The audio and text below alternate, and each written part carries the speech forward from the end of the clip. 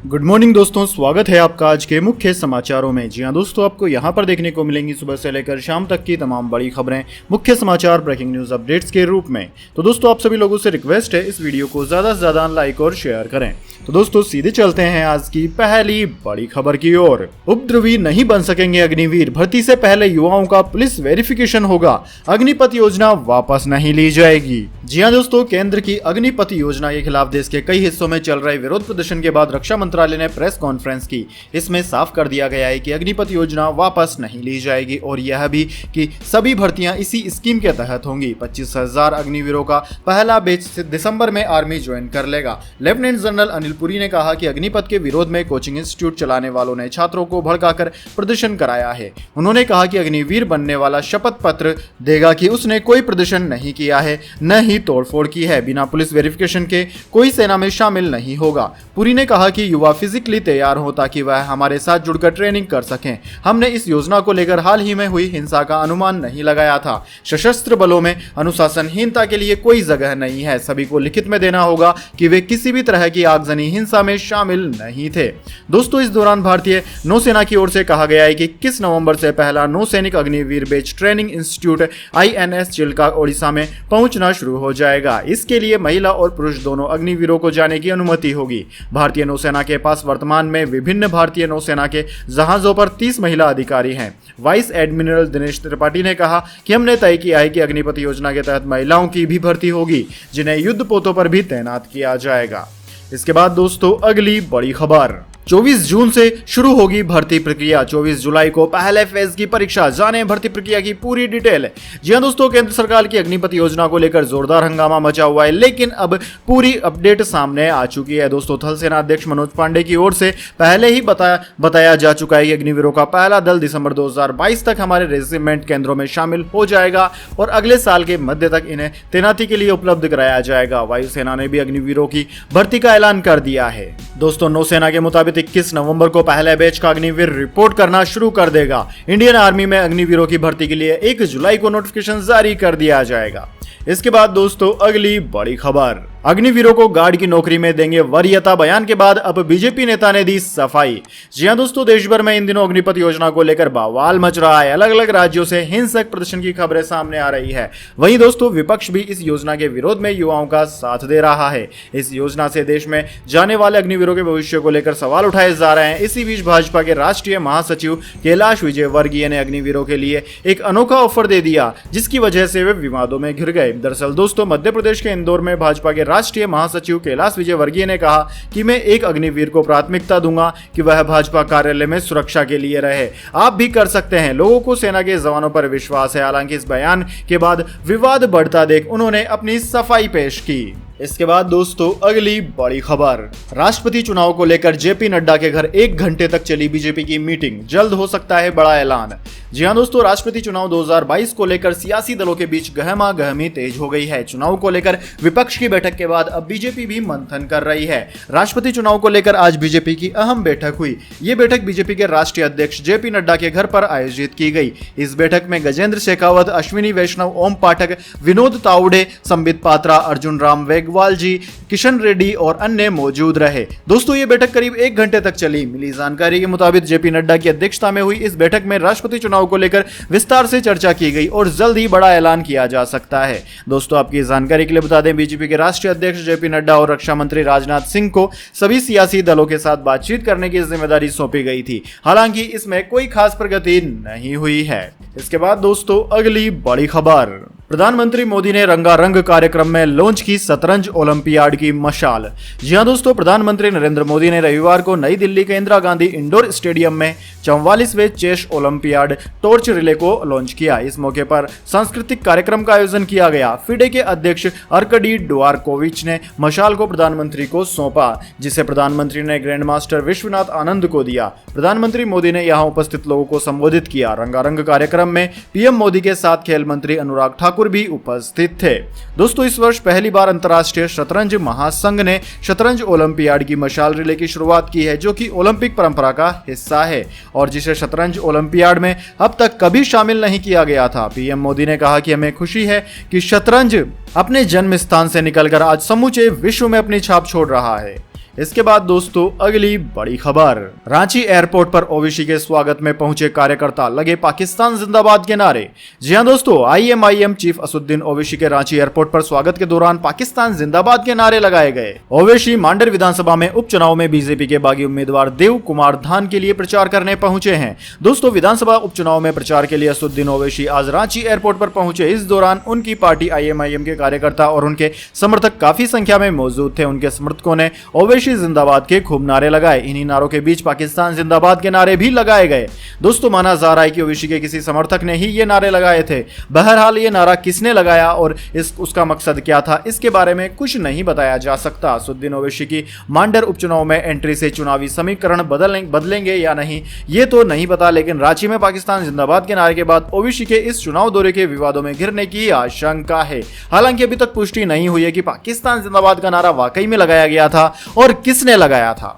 इसके बाद दोस्तों अगली बड़ी खबर, 21 जून को शरद पवार के नेतृत्व में विपक्ष की बैठक, ममता बनर्जी नहीं होंगी शामिल। जी हां दोस्तों, पश्चिम बंगाल की मुख्यमंत्री ममता बनर्जी पहले से निर्धारित कार्यक्रम के कारण आगामी राष्ट्रपति चुनाव को लेकर 21 जून को राष्ट्रवादी कांग्रेस पार्टी राकपा प्रमुख शरद पवार द्वारा बुलाई गई विपक्ष की बैठक में संभवतः भाग नहीं ले पाएंगी। दोस्तों, तृणमूल कांग्रेस के एक पदाधिकारी ने रविवार को यह जानकारी दी। पदाधिकारी ने बताया कि प्रस्तावित बैठक में तृणमूल कांग्रेस का कोई वरिष्ठ नेता मौजूद रहेगा। तृणमूल कांग्रेस के एक वरिष्ठ पदाधिकारी ने कहा कि ममता बनर्जी पूर्व निर्धारित कार्यक्रम के कारण बैठक में शामिल नहीं हो पाएगी। उन्होंने शरद पवार जी को भी बता दिया है, लेकिन हमारी पार्टी का एक नेता वहां मौजूद रहेगा। इसके बाद दोस्तों अगली बड़ी खबर, अग्निपथ योजना का विरोध कर रहे प्रदर्शनकारियों ने पंजाब सीएम भगवंत मान का काफिला रोका, कही यह बात। जी हां दोस्तों, पंजाब के मुख्यमंत्री भगवंत मान पंजाब के संगरूर में उपचुनाव के लिए रोड शो कर रहे थे। उधर अग्निपथ योजना के विरोध में प्रदर्शन कर रहे युवाओं ने उनके काफिले को रोकने की कोशिश की। इसके बाद सीएम भगवंत मान ने अपनी एसयूवी कार को रोक लिया और एक प्रदर्शनकारी युवा से हाथ मिलाया और बात की। आम आदमी पार्टी ने एक वीडियो ट्वीट कर कहा कि पंजाब के मुख्यमंत्री भगवंत मान एक रोड शो कर रहे थे, तभी उन्होंने अग्निपथ योजना के विरोध में प्रदर्शन होते हुए देखा और युवाओं के बीच अपनी एसयूवी कार रोककर एक युवा प्रदर्शनकारी से बात की। मान ने उस प्रदर्शनकारी से हाथ मिलाया। युवक ने अग्निपथ योजना का विरोध किया तो उन्होंने कहा कि यदि सांसद अग्निपथ पर चर्चा करने के लिए मिलते हैं तो मैं व्यक्तिगत रूप से बात करूंगा। इसके बाद दोस्तों अगली बड़ी खबर, अग्निवीरों को 10% आरक्षण, ऊंट के मुंह में जीरा। सीआरपीएफ बीएसएफ जैसी फोर्स में हर साल भर्ती हो सकेंगे महज 3000 अग्निवीर, बाकी 35,000 का क्या होगा। जी हां दोस्तों, अग्निपथ स्कीम के विरोध की आग 11 राज्यों में फैल चुकी है। प्रदर्शन करने वालों की सबसे बड़ी नाराजगी 4 साल में रिटायर कर दिए जाने को लेकर है। आक्रोश को देखते हुए शनिवार सुबह गृह मंत्रालय ने अग्निवीरों को सीएपीएफ भर्ती में 10% आरक्षण का ऐलान किया। शाम होते होते रक्षा मंत्रालय ने भी 10% आरक्षण की घोषणा कर दी। दोस्तों, सेना में भर्ती की नई योजना अग्निपथ के तहत हर साल 45 से 50,000 की भर्ती होनी है। अग्निवीरों के पहले बैच की सेना में नियुक्ति 2023 में होगी। इनके 4 साल बाद यानी कि 2027 में 25% यानी कि करीब 10 से 12,000 अग्निवीरों को सेना में स्थायी नियुक्ति मिलेगी, जबकि 75% यानी कि 35 से 37,500 जवान रिटायर होंगे। इसका मतलब है कि 2027 के बाद ये हर साल करीब इतने ही अग्निवीर रिटायर होते रहेंगे। अब दोस्तों बात करें 10% आरक्षण की, तो दोस्तों सीएपीएफ सीआरपीएफ असम राइफल्स में 10% आरक्षण देने की बात की गई है। यह महज 2 से 3,000 से 4,000 तक ही स्टूडेंट्स को भर्ती कर पाएंगे, यानी कि यह 10% आरक्षण ऊंट के मुंह में जीरे की तरह है। इसके बाद दोस्तों अगली बड़ी खबर, दिल्ली में कोरोना की खतरनाक रफ्तार, लगातार 5वें दिन कोविड केस 1000 के पार, 24 घंटे में 3 की मौत। जी हां दोस्तों, देश की राजधानी दिल्ली में कोरोना संक्रमण की रफ्तार फिर से बढ़ती ही जा रही है। पिछले 24 घंटे में दिल्ली में 1530 नए केस सामने आए, जबकि कोरोना संक्रमण की वजह से 3 मरीजों की मौत हो गई। दोस्तों, दिल्ली में लगातार 5वें दिन 1000 से ज्यादा कोविड के मरीज मिलने से स्वास्थ्य विभाग की टेंशन बढ़ गई है। स्वास्थ्य विभाग से मिले आंकड़ों के मुताबिक दिल्ली में अब पॉजिटिविटी रेट 8.41% हो गई है। बीते 24 घंटे में दिल्ली में 18,143 लोगों के कोविड के सैंपल लिए गए थे, जिनमें से 1530 मरीज कोरोना संक्रमित पाए गए। दिल्ली में दोस्तों अब कोविड के एक्टिव मरीजों की संख्या 5,542 हो गई है, जबकि अस्पतालों में 232 मरीज भर्ती हैं। इसके साथ ही दोस्तों पिछले 24 घंटे में 1104 मरीजों ने कोरोना संक्रमण को मात भी दी। इसके बाद दोस्तों अगली बड़ी खबर, कैलाश विजयवर्गीय के बयान पर भड़की कांग्रेस, कहा अब हमें बीजेपी के मैं भी चौकीदार आंदोलन का मतलब समझ में आया।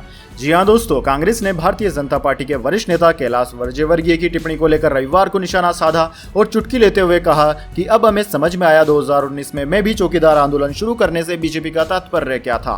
विजयवर्गीय ने अपनी टिप्पणी में कहा था कि पार्टी कार्यालय में सुरक्षा गार्ड की नौकरी देने के लिए वह अग्निवीरों को प्राथमिकता देंगे। दरअसल दोस्तों, केंद्र सरकार ने सेना में भर्ती की अग्निवीर योजना के तहत 17.5 साल से 21 साल के युवाओं को 4 साल के लिए सेना में भर्ती करने की बात कही है, जिसे लेकर पूरे देश में विरोध प्रदर्शन हो रहा है। इस विरोध प्रदर्शन की पृष्ठभूमि में बीजेपी के महासचिव विजयवर्गीय ने कहा कि अगर उन्हें पार्टी कार्यालय की सुरक्षा के लिए लोगों की भर्ती करने की जरूरत हुई तो वह अग्निवीर सैनिक के रूप में काम कर चुके युवाओं को प्राथमिकता देंगे। विजयवर्गीय की टिप्पणी पर मीडिया में आई खबरों का स्क्रीनशॉट टेक करते हुए कांग्रेस महासचिव जयराम रमेश ने कहा कि अब हमें समझ में आया कि बीजेपी के 2019 के मैं भी चौकीदार अभियान का वास्तविक अर्थ क्या था। यहां पर सेना के जवानों को अब चौकीदार बनाया जाएगा। इसके बाद दोस्तों, अगली बड़ी खबर, गद्दाफी की तरह हो सकती है पुतिन की मौत, पूर्व सैन्य अधिकारी बोले करीब ही मार डालेंगे। जी हां दोस्तों, रूस और यूक्रेन के बीच भयानक युद्ध जारी है। कोई भी झुकने को तैयार नहीं है। जंग के बीच रूस के राष्ट्रपति व्लादिमीर पुतिन की सबसे ज्यादा चर्चा की जा रही है। पुतिन का जीवन रहस्यों से भरा हुआ है। पुतिन के जीवन, सेहत और रणनीति के बारे में सिर्फ कुछ ही लोगों को जानकारी होती है। इन सब के बीच रूस के पूर्व सैन्य अधिकारी ने बड़ा दावा किया है। द मिरर की रिपोर्ट के मुताबिक रूस के पूर्व सैन्य अधिकारी इगोर किर्गिग ने व्लादिमीर पुतिन को लेकर चेतावनी दी है। उन्होंने कहा कि बीमार पुतिन बहुत सॉफ्ट हो चुके हैं, जो युद्ध जीतने के लिए अच्छा नहीं है। पुतिन अगर यूक्रेन में हारे तो उनका अंजाम लीबिया के तानाशाह मुअम्मर गद्दाफी जैसा होगा। दोस्तों, आपकी जानकारी के लिए बता दें कि लीबिया के तानाशाह मुअम्मर गद्दाफी को विद्रोहियों ने पकड़कर गोली मार दी थी। इसके बाद दोस्तों, अगली बड़ी खबर, चक्रवात के डमी अलर्ट से ओडिशा में अचानक मचा हड़कंप, सच सामने आया तो आई जान में जान। जी हां दोस्तों, ओडिशा के विशेष राहत आयुक्त के आधिकारिक ट्विटर अकाउंट से रविवार को चक्रवात को लेकर एक डमी संदेश से लोगों में हड़कंप मच गया और कई लोगों ने इस तरह के कदम के पीछे की मंशा पर भी सवाल उठाए। एसआरसी के डमी संदेश में कहा गया कि एक आसन्न चक्रवात सितरांग के 155 किलोमीटर प्रति घंटे की गति के साथ एक बहुत ही गंभीर चक्रवाती तूफान के रूप में धामरा के करीब उत्तर ओडिशा को पार करने की आशंका है। इससे लोगों में हड़कंप मच गया और कई लोग सोच में पड़ गए कि भारतीय मौसम विज्ञान विभाग ने ऐसी जानकारी पहले क्यों नहीं दी। ट्वीट में डमी संदेश में 18 जिला अधिकारियों को एक पत्र लिखा गया, जिसमें भारी बारिश, तूफान, मछुआरों और बंदरगाहों से संबंधित चेतावनी का जिक्र करते हुए अपेक्षित नुकसान पर विस्तार से बात कही गई और उत्तरी ओडिशा और आसपास के जिलों में कार्रवाई का सुझाव दिया गया। इससे पैदा हुई भ्रम की स्थिति के बीच कई ट्विटर उपयोगकर्ताओं ने एसआरसी से पोस्ट पर स्पष्टीकरण मांगा। एक उपयोगकर्ता ने लिखा कि क्या धामरा के पास कोई मॉक ड्रिल चल रही है? क्या एसआरसी इस डमी संदेश को स्पष्ट कर सकता है? एक अन्य यूजर ने लिखा कि यह डमी संदेश क्यों है? क्या यह गलती से पोस्ट किया गया है? इसके बाद में दोस्तों स्पष्टीकरण दिया गया। दरअसल दोस्तों, डमी अलर्ट आमतौर पर चक्रवात और बाढ़ पर अभ्यास के लिए उपयोग किया जाता है। इसका उद्देश्य अधिकारियों को आपदा के कारण पैदा हुई स्थिति को नियंत्रित करना और आपदा के दौरान आवश्यक उपकरण तैयार करने का भी है। इससे उनकी स्थिति का पता लगाया जाता है। इसके बाद दोस्तों, अगली बड़ी खबर, अग्निपथ योजना की नोटबंदी और लॉकडाउन से तुलना, ओवैसी ने प्रधानमंत्री मोदी से पूछे सवाल। जी हां दोस्तों, सेना में भर्ती के लिए केंद्र द्वारा लॉन्च की गई अग्निपथ योजना को लेकर पूरे देश में बवाल मचा हुआ है। वहीं रक्षा मंत्रालय ने भी स्पष्ट कर दिया है कि इस योजना को वापस नहीं लिया जाएगा। विपक्ष इस योजना को लेकर केंद्र पर लगातार हमलावर है। अब दोस्तों, असदुद्दीन ओवैसी ने अग्निपथ योजना की तुलना नोटबंदी और लॉकडाउन से कर दी। उन्होंने इस योजना को राष्ट्रीय सुरक्षा के साथ खिलवाड़ बताया है। असदुद्दीन ओवैसी ने कहा कि हमने बिना सोचे समझे उठाए गए नोटबंदी और लॉकडाउन जैसे लापरवाह कदमों से भारतीय अर्थव्यवस्था और समाज में हुई तबाही को देखा है। क्या प्रधानमंत्री नरेंद्र मोदी अब हमारी राष्ट्रीय सुरक्षा के लिए भी ऐसा ही करना चाहते हैं? ओवैसी ने कहा कि रांची में सांप्रदायिक हिंसा के लिए केंद्र और झामुमो के नेतृत्व वाली झारखंड सरकार दोनों जिम्मेदार है। अग्निपथ योजना के खिलाफ झारखंड में भड़की हिंसा में 2 लोगों की मौत हो गई थी। वहीं दोस्तों, इसके बाद उन्होंने कहा कि मैं एक बार फिर सरकार से अपील करता हूं कि इस कुटिल तरीके से काम करना बंद करो। इस देश के युवाओं को सुनो। संविदा भर्ती की इस क्रूर योजना को तुरंत बंद करो। इसके बाद दोस्तों, जाने अगली बड़ी खबर, लेकिन उससे पहले मेरी आपसे एक छोटी सी रिक्वेस्ट है। अगर दोस्तों आपको अभी तक हमारी न्यूज पसंद आई है तो इसे एक छोटा सा लाइक जरूर दे दीजिए, और अगर आपको पसंद नहीं आई है तो बेशक आप डिसलाइक भी कर सकते हैं, लेकिन दोस्तों लाइक और डिसलाइक जरूर कीजिए, क्योंकि दोस्तों यही हमारी मेहनत का फल होता है और इसी से हमें पता चलता है कि आपको हमारी वीडियोज पसंद आ रही है या नहीं। नहीं। तो चलिए दोस्तों जान लेते हैं अगली बड़ी खबर। मद्रास हाईकोर्ट का बड़ा आदेश, छापेमारी में देह व्यापार से जुड़े लोगों को न करें गिरफ्तार, फाइन लगाने पर भी रोक। जी हां दोस्तों, मद्रास हाईकोर्ट ने एक मामले में सुप्रीम कोर्ट के आदेश का हवाला देते हुए कहा कि संदिग्ध जगहों पर छापेमारी की कार्रवाई के दौरान सेक्स वर्कर्स को गिरफ्तार न किया जाए। कोर्ट ने अपनी पुलिसकर्मियों को यह भी आदेश दिया कि पकड़े जाने पर किसी भी तरह का जुर्माना उन पर न लगाया जाए। इस मामले पर पुलिस द्वारा गिरफ्तार किए गए एक व्यक्ति को रिहा करते हुए उसके खिलाफ दायर किए गए केस को भी सुप्रीम कोर्ट ने खारिज कर दिया। दोस्तों, शख्स ने याचिका दायर करते हुए कहा कि उसे पुलिस ने ऐसी जगह पर मौजूद दिखाया था जहां पर अवैध रूप से सेक्स वर्कर्स को रखा गया था। मामले पर सुनवाई करते हुए जस्टिस एन सतीश कुमार ने कहा कि मसाज पार्लर के नाम पर चल रही संबंधित जगह निश्चित तौर पर अवैध थी, लेकिन इसे कोई और चलाता था। इसके बाद दोस्तों अगली बड़ी खबर, असम में बाढ़ से त्राहिमाम, 32 जिलों में 31 लाख आबादी प्रभावित, हजारों गांव जलमग्न, अब तक 62 की मौत। जी हां दोस्तों, असम में बाढ़ से जानमाल को काफी नुकसान पहुंचा है। काफी संख्या में लोग राहत शिविरों में शरण लिए हुए हैं। पिछले 24 घंटे में राज्य के 32 जिलों के 4296 गांवों की कुल 30,99,762 आबादी बाढ़ से प्रभावित हुई। पिछले 24 घंटे में 8 लोगों की जान चली गई। अब दोस्तों अप्रैल से अब तक कुल 62 लोगों की मौत हुई है। इनमें 51 बाढ़ में और 11 भूस्खलन में अपनी जान गंवा चुके हैं। वहीं दोस्तों 66,455.82 हेक्टेयर से अधिक खेती योग्य भूमि बाढ़ की वजह से प्रभावित हुई है। प्रधानमंत्री नरेंद्र मोदी ने शनिवार को असम के मुख्यमंत्री हेमंत बिस्व शर्मा से राज्य में बाढ़ की मौजूदा स्थिति की जानकारी ली और केंद्र की ओर से हर संभव मदद का आश्वासन भी दिया। अधिकारियों ने यह जानकारी दी है। उन्होंने बताया कि शर्मा शनिवार को उन कई राहत शिविरों का दौरा कर रहे हैं जहां बाढ़ प्रभावितों ने शरण ली हुई है। इसके बाद दोस्तों अगली बड़ी खबर, मूसेवाला मर्डर केस में पुलिस का बड़ा एक्शन, लॉरेंस बिश्नोई गैंग के 3 गुर्गे हुए गिरफ्तार। जी हां दोस्तों, फेमस सिंगर सिंधु मूसेवाला की हत्या ने पूरे देश को हिलाकर रख दिया। इसके बाद से लगातार दिल्ली पुलिस एक्टिव है और अपराधियों को गिरफ्तार करने का दौर जारी है। इसी सिलसिले में अब दिल्ली पुलिस स्पेशल सेल ने गुजरात के कच्छ से 3 लोगों को हिरासत में लिया है। पुलिस की जानकारी के अनुसार ये तीनों आरोपी लॉरेंस बिश्नोई गैंग से जुड़े हुए हैं। पुलिस के मुताबिक पकड़े गए तीनों बदमाश हरियाणा के कुख्यात गैंगस्टर नरेश सेठी के गुर्गे बताए जा रहे हैं। दोस्तों नरेश सेठी अब लॉरेंस बिश्नोई के साथ जुड़ा हुआ है। नरेश सेठी पर दिल्ली पुलिस ने मकोका के तहत केस दर्ज किया हुआ है। स्पेशल सेल की टीम तीनों बदमाशों को गुजरात से दिल्ली के लिए लेकर आ रही है। इसके बाद दोस्तों अगली बड़ी खबर, पक्षी के टकराने से फ्लाइट का इंजन जला, पटना से उड़ान भरते ही आग लगी, 22 मिनट तक 185 यात्री हवा में अटके रहे।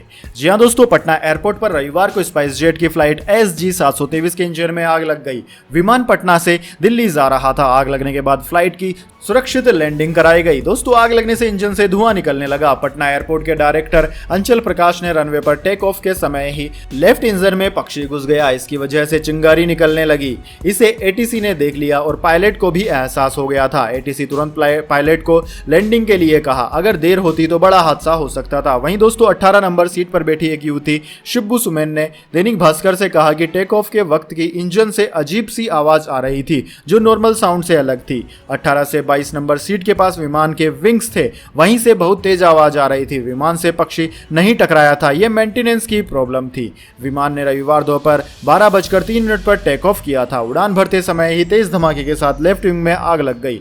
22 मिनट 12:25 पर बाद में पायलट ने सूझबूझ से विमान को एयरपोर्ट पर लैंड करा लिया। सभी यात्री एयरपोर्ट के अंदर ही हैं। दिल्ली से स्पेशल फ्लाइट बुलाई गई है। 5:30 बजे यात्रियों को दिल्ली भेजा गया। इसके बाद दोस्तों अगली बड़ी खबर, पाकिस्तान में अलग इस्लामिक देश बनाने की तैयारी में TTP, घबराई शहबाज सरकार भेज रही मौलाना। जी हां दोस्तों, पड़ोसी मुल्क अफगानिस्तान की तरह पाकिस्तान का भी हाल होने लगा है। तहरीक-ए-तालिबान पाकिस्तान के आतंकवादियों ने खैबर पख्तूनख्वा प्रांत के कबायली इलाके में शरिया कानून से शासित क्षेत्र बनाने की मांग की। TTP ने अलग इस्लामिक देश के लिए जिहाद का ऐलान भी किया। पाकिस्तान के खिलाफ जिहाद के ऐलान से शहबाज शरीफ सरकार घबरा गई है। पाकिस्तानी सैनिकों के सैकड़ों बच्चों की हत्या करने वाले TTP आतंकवादियों को मनाने के लिए अब शहबाज सरकार पाकिस्तानी मौलानाओं का एक दल अफगानिस्तान भेज रही है। ये मौलाना TTP आतंकवादियों और पाकिस्तान सरकार के बीच मध्यस्थता कर तालिबान गृह मंत्री सिराजुद्दीन हक्कानी से मुलाकात करेंगे। इसके बाद दोस्तों अगली बड़ी खबर, सरकार ने बदले ड्राइविंग लाइसेंस बनवाने के नियम, आपका जानना है जरूरी। जी हाँ दोस्तों, अगर आप भी ड्राइविंग लाइसेंस बनाने वाले हैं तो ये खबर आपके लिए बहुत काम की है। अब आपको ड्राइविंग लाइसेंस के लिए रीजनल ट्रांसपोर्ट ऑफिस RTO के चक्कर लगाने की जरूरत नहीं होगी। केंद्र सरकार ने ड्राइविंग लाइसेंस बनवाने के नियमों में बदलाव कर दिया है। दरअसल दोस्तों, सरकार ने अब DL की प्रक्रिया को बेहद आसान कर दिया है। दोस्तों, आपकी जानकारी के लिए बता दें, ड्राइविंग लाइसेंस के लिए नियमों में सरकार ने संशोधन कर दिया है। नए नियमों के मुताबिक अब आपको किसी तरह का कोई ड्राइविंग टेस्ट RTO जाकर देने की जरूरत नहीं होगी। केंद्रीय सड़क परिवहन और हाईवे मंत्रालय ने इन नियमों को नोटिफाई कर दिया है। ये नियम इसी महीने से लागू हो चुके हैं। इस बदलाव से करोड़ों लोग जो अपने ड्राइविंग लाइसेंस के लिए RTO की वेटिंग लिस्ट में पड़े हैं, उनको बड़ी राहत मिलेगी। तो दोस्तों, यह थी आज की तमाम बड़ी खबरें। इसके बाद दोस्तों बारी आती है आज के माइंड क्विज क्वेश्चन की। जी हाँ दोस्तों, एक आसान से सवाल का जवाब देकर आप जीत सकते हैं एक अमेजिंग सरप्राइज गिफ्ट हमारे YouTube चैनल की ओर से। तो दोस्तों, आज का सवाल आपकी स्क्रीन पर आ चुका है। भगवान श्री कृष्ण का जन्म स्थान कौन सा शहर है? जी हाँ दोस्तों, अगर आप जानते हैं उस जगह का नाम जहां पर भगवान श्री कृष्ण ने जन्म लिया था, तो जल्दी से उस जगह का नाम कमेंट बॉक्स में लिख दीजिए। अगर दोस्तों आपका जवाब होता है एकदम सही और आप चुने जाते हैं लकी विजेता के रूप में, तो आपको मिल सकता है एक अमेजिंग सरप्राइज गिफ्ट हमारे YouTube चैनल की ओर से। तो दोस्तों, जल्दी से अपना उत्तर कमेंट बॉक्स में लिख दीजिए, वीडियो को लाइक कर लीजिए और चैनल को सब्सक्राइब करके बेल आइकन भी दबा लीजिए ताकि हर वीडियो की नोटिफिकेशन सबसे पहले आप तक पहुंच जाए। धन्यवाद। वंदे मातरम। जय हिंद, जय भारत।